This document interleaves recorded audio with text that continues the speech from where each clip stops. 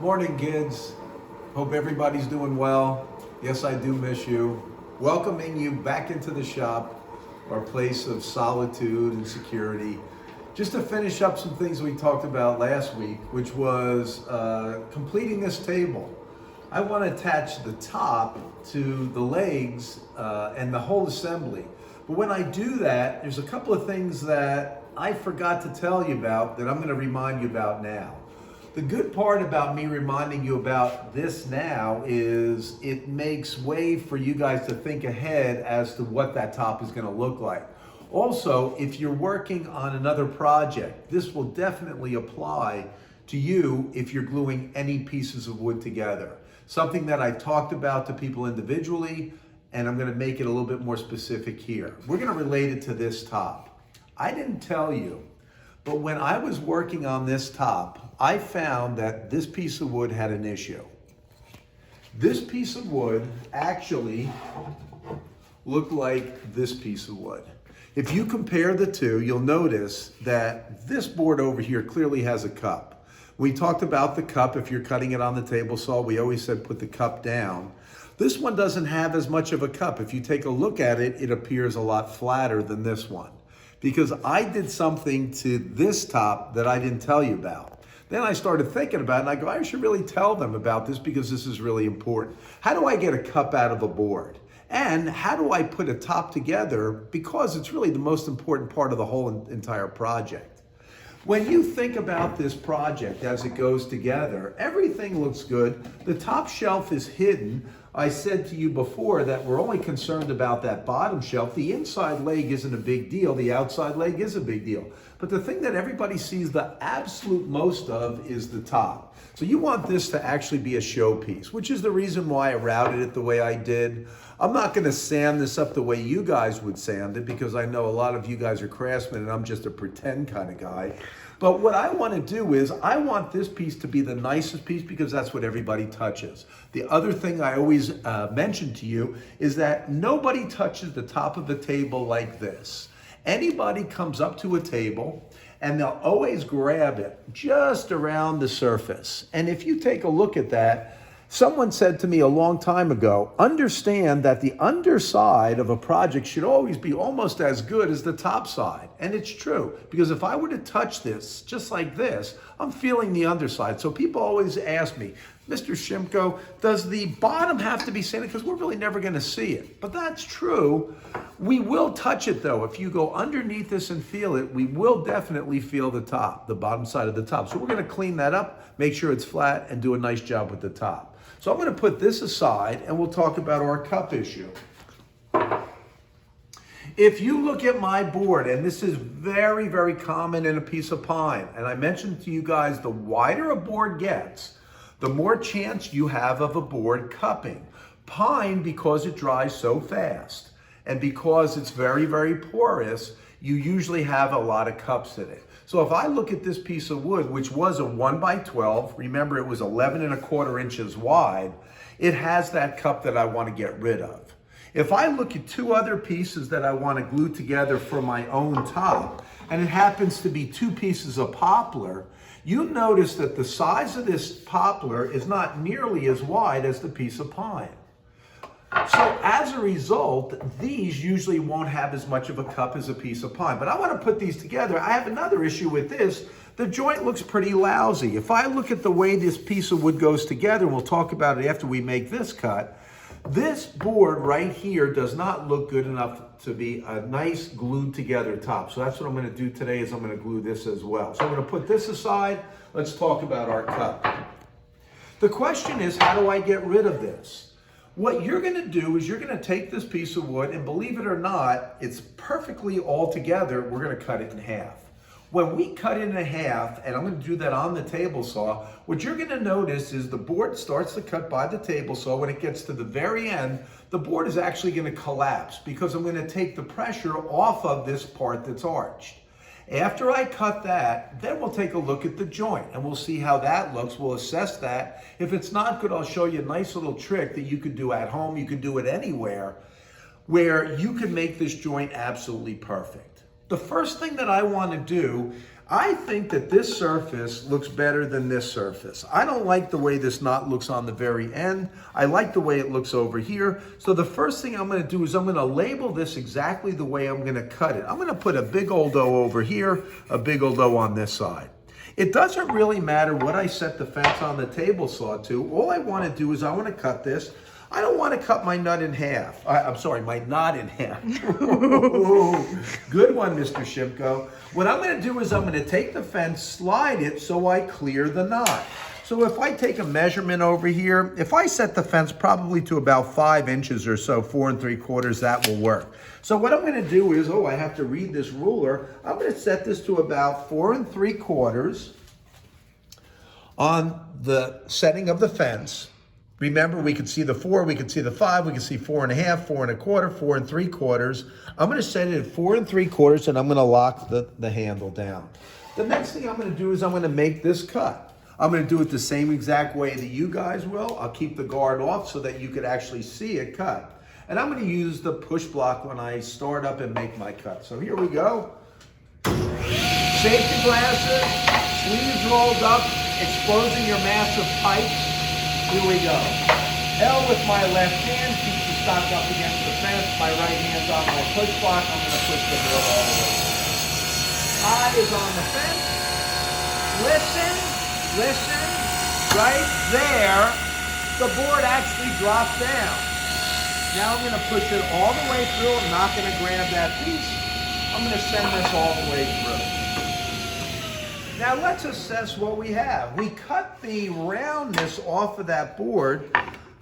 What I want to do is I want to see how this joint fits. If you look at this joint, it doesn't fit bad. It's definitely flatter. If I look on the end though, chances are there's a gap towards the bottom. I want this to be nice and flat all the way across. So what I'm actually going to do is take a little bit more off of this.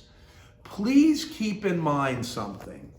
Is this saw blade exactly 90 degrees to this table? Well, it was built in 1958, the same year that I was born. That takes it 62 years.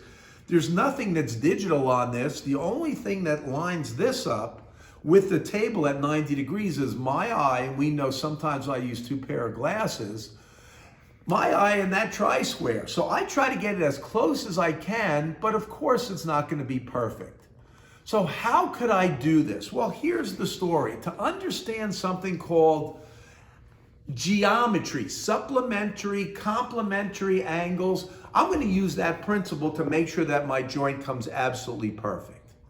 The way I'm going to do this is I'm going to take this one board. If you notice, the O side is face up. This was my machined edge that I put up against the fence. That's the edge that I just cut that I want to make a little bit better.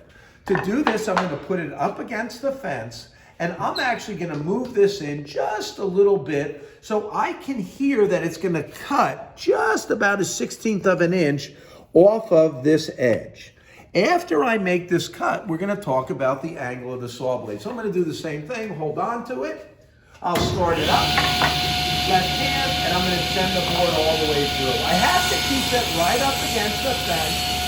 And I'm listening to hear that it's cutting all the way across, and it certainly is. I'll push that all the way through. So right now, this is not cut with it arched, it's nice and flat. So this right here will be exactly 90 degrees, or whatever that saw blade is set to. Now becomes the issue. If I take my other piece and put it up against the fence at the same setting, or move it out so I just cut it out a little bit, and I put these back together, if that saw blade is off, we've got an issue. Come on with me.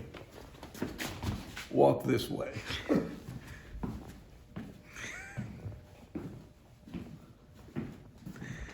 Here's the issue. Here's my saw blade. Here's the table of the table saw. Here's the fence that I put my wood up against.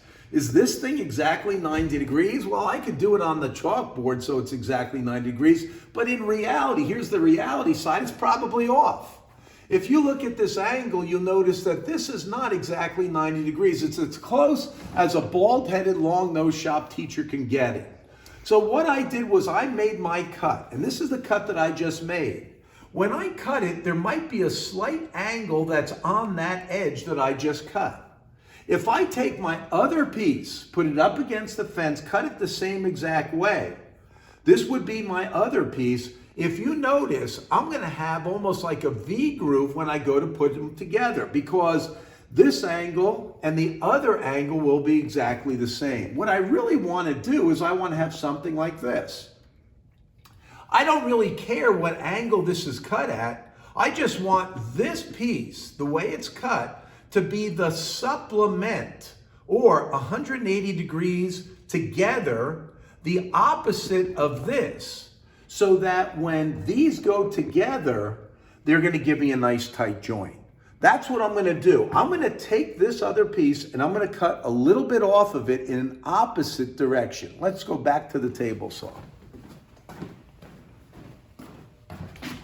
Walk this way.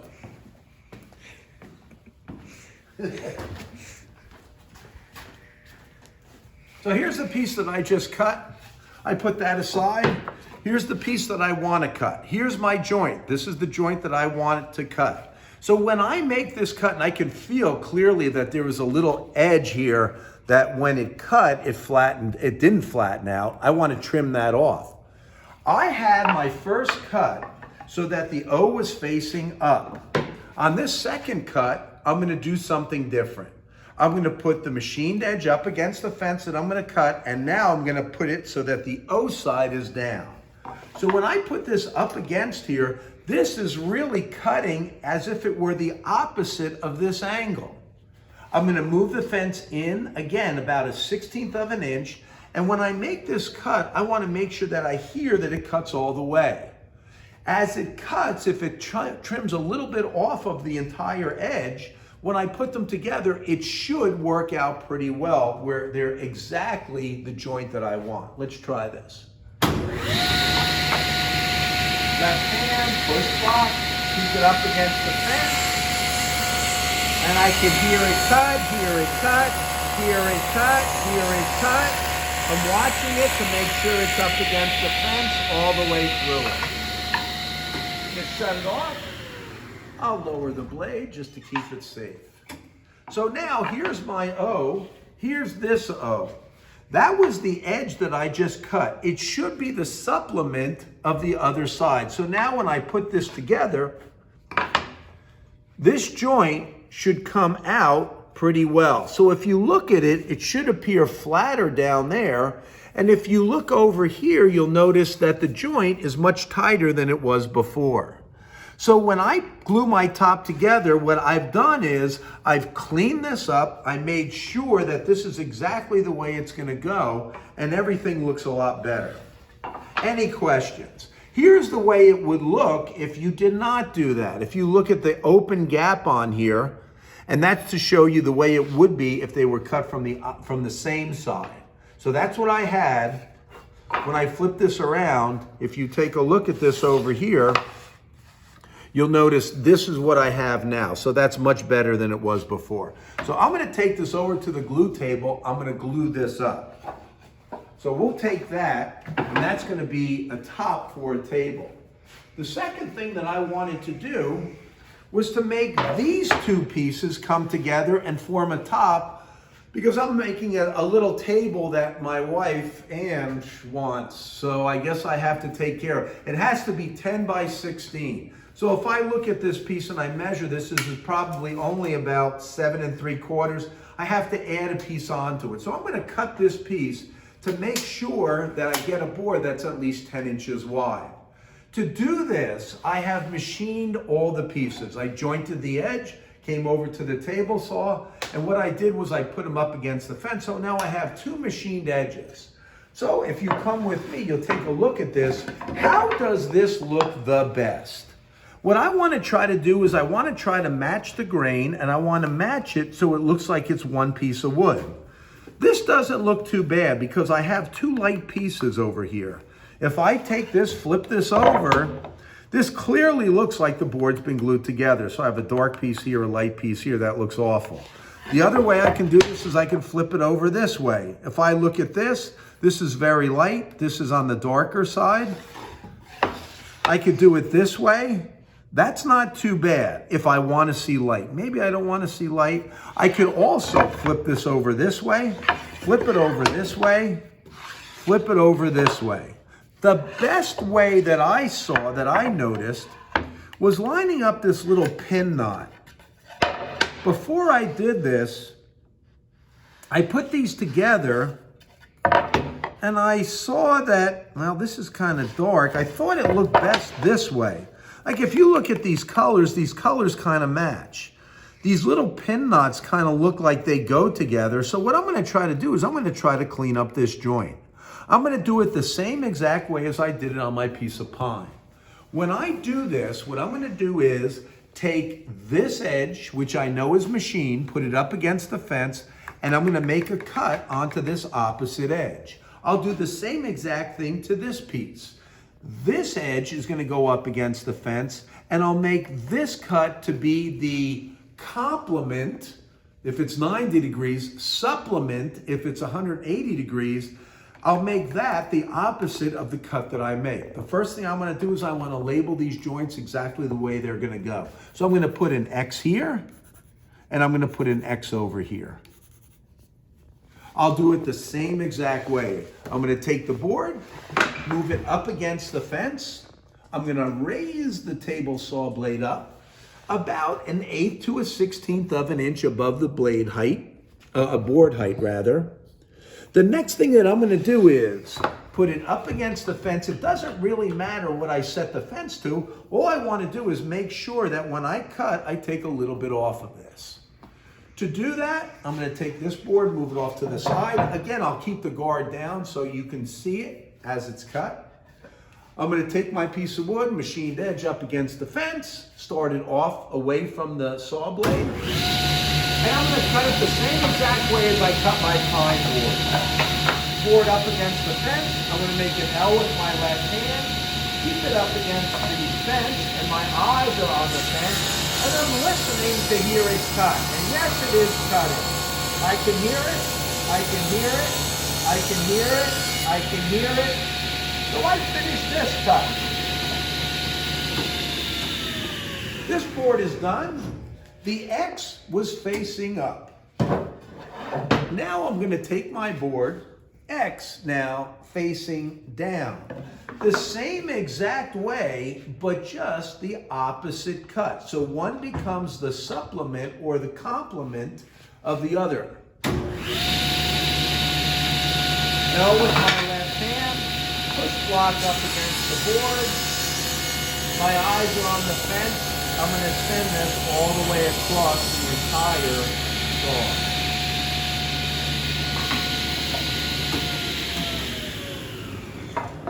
Now is the moment of truth. I take that board, put it down. How embarrassing if this does not work out. I'm going to take my other board, put it up against the fence. I put them together. Holy Hannah. Can you even tell that there's a joint there? If you take a look at this, it looks like one piece of wood. So that's exactly the way I can get Ann off my back. I mean, glue together my top.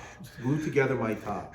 So if you look at this, this is all set, ready to go. My pine board is all set, ready to go. So I think I'm ready to make my boards into one piece, a nice whole piece for my top. So we're going to take a walk over to the glue table. This is something, again, that I always take for granted, that everybody knows how to do. We're going to walk over there with two nice boards, actually two nice tops. I should be in good shape to glue it together. Come on. Oh, yes.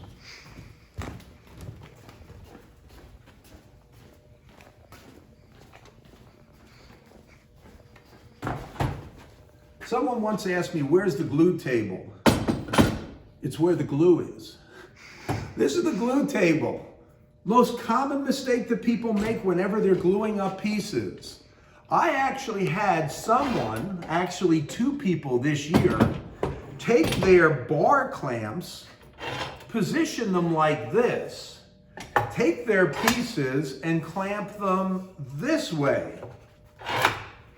And then they said, well, how do they go together? You can't be serious. I think you know who you are. I'm going to show you the right way to do this. Number one, 2 bar clamps. Everybody should know the difference between a bar clamp and a deep throat clamp. We're going to use both of them when we glue this together. What I want to do is I want to take my 2 bar clamps, and you always want to use 2 clamps, a minimum of 2. I want to take my 2 bar clamps, I'm going to position them right on the racks where they're notched out. I'm going to take these 2 boards, position them the way they go. Oops, nope, that's not the way it goes. Oops, that's a lot better. That sure looks like that's the way it goes. What I'm going to do is make sure that I don't position the clamps right next to each other. This is a common mistake that people make. They always forget about the ends. What I want to do is I want to position these clamps so that I have at least an inch or so on the end of each one so I can put other clamps on here. So when I position this bar clamp, and I'm just going to move the threads all the way back on this one, I'll do the same thing on this one.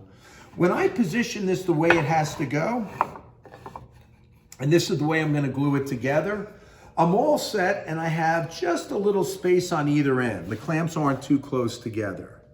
The next thing that I'm going to do is slide them apart. I'm going to take a look at the clamp rack and try to get 2 small deep throat clamps, because everybody knows what happens when I put glue on the edge of this board. I'm going to take the board, clamps are all laid out, everything's ready to go. I'm not searching for my little deep throat clamps. Take my bottle of glue, and I'm going to put a thin bead of glue on the edge. And what I usually do is purposely put on too much so that you can see exactly what you do if you put on too much. I'm going to take my index finger, go across here. Oops, yeah, it looks like I put on too much. How could I tell if I put on too much? It puddles. And if you look at that, that's pretty puddly. As I go across, I want to make sure that I cover this entire edge, but if I put too much off on here, what I can do is actually take some off, and I could put it on my other edge. The wood is porous, so it'll absorb that. So if you put too much on, that's an easy way of taking it off and not wasting the glue. The next thing that I want to do is I want to take the glue that's on my finger and wipe it on my no, I don't want to wipe it on. This glue we mentioned is water resistant. It is not waterproof. But if you get this on your clothes, when you wash it, it's going to turn white. So unless you want to see white stuff on your pants, which is pretty embarrassing, or unless you're wearing a white shirt, you want to make sure that you clean up your fingers. So I take it, wipe it on the edge, and guess what? I don't have to take a shower tonight. I'm nice and clean. I'm going to take the board, lay it on the clamp, lay the other board exactly where it has to go. And what most people say to me is when they go and they spread out the glue, Mr. Shimko, it's all slippery. If it's slippery, it's going to act as a lubricant rather than an adhesive.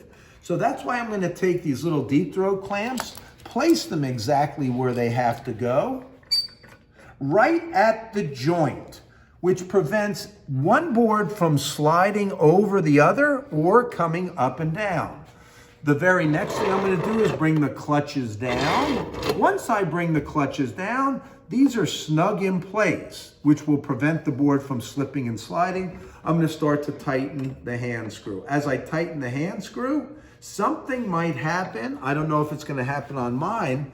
We'll check it out though. If I tighten this and I feel resistance, the glue should bead up a little bit, which it does. I'm going to do the same thing on this one. Let's see what happens. Oops. Oops. Do you hear that noise? Oops. If you notice that clamp, it is slipping. That's not good. If it's slipping, chances are that's happened because these clamps are as old as I've been working in the shop, 40 years. To prevent that from happening, around the table, you're going to find little pieces that look like this, a little wedge.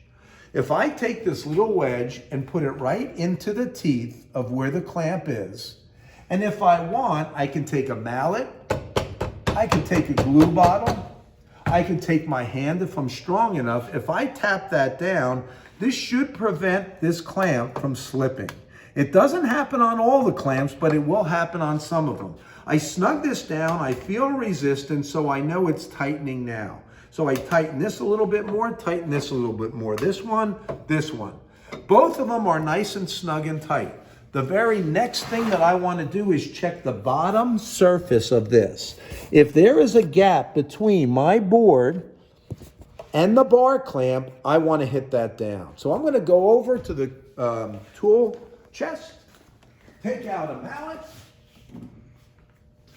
I'm going to take a piece of scrap wood, and what I'm going to do is just simply tap this down. Yeah, you have to grit your teeth.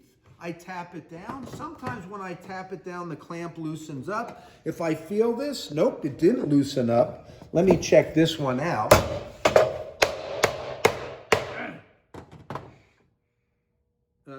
This one might have loosened up a little bit. Tap it down a little bit more. And that's nice and tight. So now if I look on this, you'll notice, if you come this way, I know it's hard, but the bar clamp and the wood are making contact with each other. So that's nice and tight. At this point, I can take my deep throw clamps off. And the last most important point of this, all of these pieces are gonna look the same. So I'm gonna write my name on here, Shimco, so that when this comes off the clamps tomorrow and I put it on the side, my name is on here and I don't confuse it with anybody else's. Perhaps tomorrow we'll glue up my piece of poplar, and I promise you we're going to attach your tabletop tomorrow. Have a great one.